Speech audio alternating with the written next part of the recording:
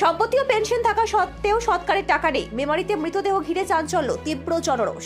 মর্মান্তিক ও চাঞ্চল্যকর ঘটনা মেমারি দেবীপুর রেল স্টেশন সংলগ্ন এলাকায়। প্রচুর সম্পত্তির অধিকারী এবং পেনশনভোগী হওয়া সত্ত্বেও এক বৃদ্ধার মৃতদেহ সৎকারের জন্য অর্থের অভাবে শ্মশান থেকে ফিরিয়ে আনা হয় দেহ।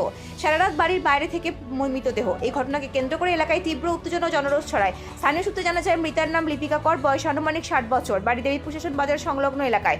অভিযোগ, মৃতদেহ সৎকার করতে গিয়ে প্রয়োজনীয় নথিপত্র অর্থের অভাব দেখিয়ে শ্মশান কর্তৃপক্ষ দেহ গ্রহণ করেনি। ফলে মৃতদেহ বাড়িতে ফিরিয়ে আনা হয় এবং সারা রাত বাড়ির বাইরে পড়ে থাকে। এই ঘটনায় ক্ষোভে ফেটে পড়েন এলাকাবাসী। তাদের অভিযোগ, লিপিকা করের পর্যাপ্ত সম্পত্তি ও নিয়মিত পেনশন থাকা সত্ত্বেও ইচ্ছাকৃতভাবে তাকে সৎকার না করে অবহেলা করা হয়েছে। জনরোষের মুখে পড়ে মৃত দাদা ও বৌদি। এলাকাবাসীর একাংশের আরও গুরুতর অভিযোগ, সম্পত্তি লোভে তাকে খুন করা হয়ে থাকতে পারে। এই সন্দেহকে কেন্দ্র করে পরিবারকে ঘিরে ধরে বিক্ষোভ দেখার স্থানীয়রা। পরিস্থিতি ক্রমশ উত্তপ্ত হয়ে উঠলে খবর পেয়ে ঘটনাস্থলে পৌঁছে মেমারি থানার পুলিশ মৃতদেহ উদ্ধার করে ময়নাতদন্তের জন্য নিয়ে যায় এবং পরিস্থিতি নিয়ন্ত্রণে আনে। ঘটনাকে কেন্দ্র করে গোটা এলাকায় চাঞ্চল্য ছড়িয়েছে। বিষয়টি খতিয়ে দেখছে পুলিশ। ব্যুরো রিপোর্ট, আমার বাংলা নিউজ। দাদা, কি ঘটনা ঘটেছে এখানে?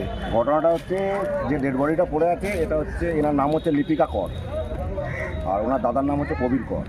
তা আজকে ওনারা বলছেন কালকে 9টার সময় মারা গেছে, কিন্তু আজও জানা যায়নি যে কখন মারা গেছে।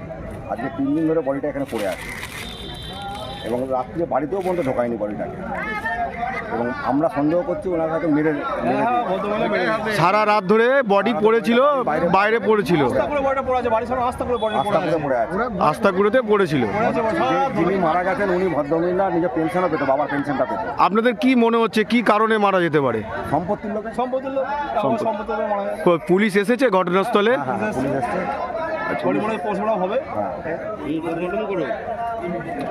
ঘটনা ঘটেছিল দিদি? ঘটনা ঘটেছিল, ও অসুস্থ ছিল, বেশ কদিন ধরে অসুস্থ ছিল। দিয়ে মানে একটু শরীরটা খারাপ লাগছিল, বাথরুমে গিয়েছিল।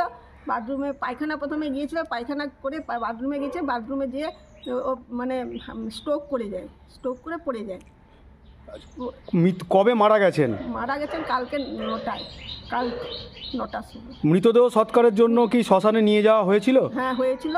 ওইখান থেকে ওইখানে অনেক মানে খরচা বলছিল, তখন ওর কাছে ছিল না বলে তারপরের দিন ও মানে ব্যাংক থেকে তুলে পরে টাকা জোগাড় করে তবে ও যাবে আর কি ইয়েতে, ওই টিভি নিতে নিয়ে যেত। হার্ট অ্যাটাক হয়ে মারা গেছেন বললেন? স্ট্রোক করেছে, তারপরে হার্ট অ্যাটাক হয়েছে কিনা তারপরে স্ট্রোক করেছিল, মানে ওইখানে পড়ে। শ্মশান থেকে দেহ কখন নিয়ে আসা হয়েছিল? শ্মশান থেকে দেহ নিয়ে আসা হয়েছে। শ্মশান থেকে দেহ কখন নিয়ে আসা হয়েছে? শ্মশান থেকে দেহ নিয়ে আসা হয়েছিল একটার সময় বোধহয়। দুপুর 1টার সময় না রাত 1টা? রাত মানে তখন বাজে বোধহয় ওই 12:30 1টার মধ্যে আর কি। তখন থেকেই কি দেহ বাড়ির বাইরে পড়েছিল? তখন থেকে ওরাতে এসেছিলো 4 জন না কজন, ওইখানে নামিয়ে দিয়েছিল। ওইখানে ওরা নামিয়ে দিয়েছিল। ওরা বললো সকালবেলা আমরা গাড়ি নিয়ে গাড়ি ব্যবস্থা করবো, বাড়ি ব্যবস্থা করে নিয়ে চলে যাবো, সেইটাই। আচ্ছা, আপনাদের বাড়ি কোথায়? আমাদের বাড়ি দেবীপুর স্টেশন বাজার। আচ্ছা, যিনি মারা গেছেন তিনি কে হন? আমার ননদ হয়, ছোট ননদ। আচ্ছা, আপনার ননদরা ক ভাই বোন? আমার ননদের মানে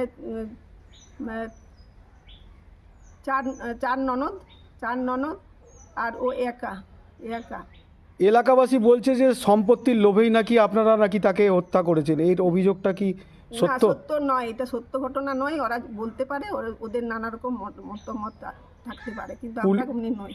পুলিশ এসে তো দেহ তুলে নিয়ে গেছেন। হ্যাঁ, তো এ ব্যাপারে আপনার কি মত, কি আপনার কি বক্তব্য? পোস্টমর্টম করে দেখুক কি বক্তব্য, সেটা পরে পোস্টমর্টম করলেই বোঝা যাবে। আমাদের কোনো ভয় নেই সেটাতে। আপনারা কিছু করেননি তাই তো? না, আমরা কিছু করিনি। বরঞ্চ ওরা আমার পড়ে যাওয়ার পর আমার ননদ, আমাকে মেমারির ননদ আর নন্দাইকে বলে ফোন করেছিলাম।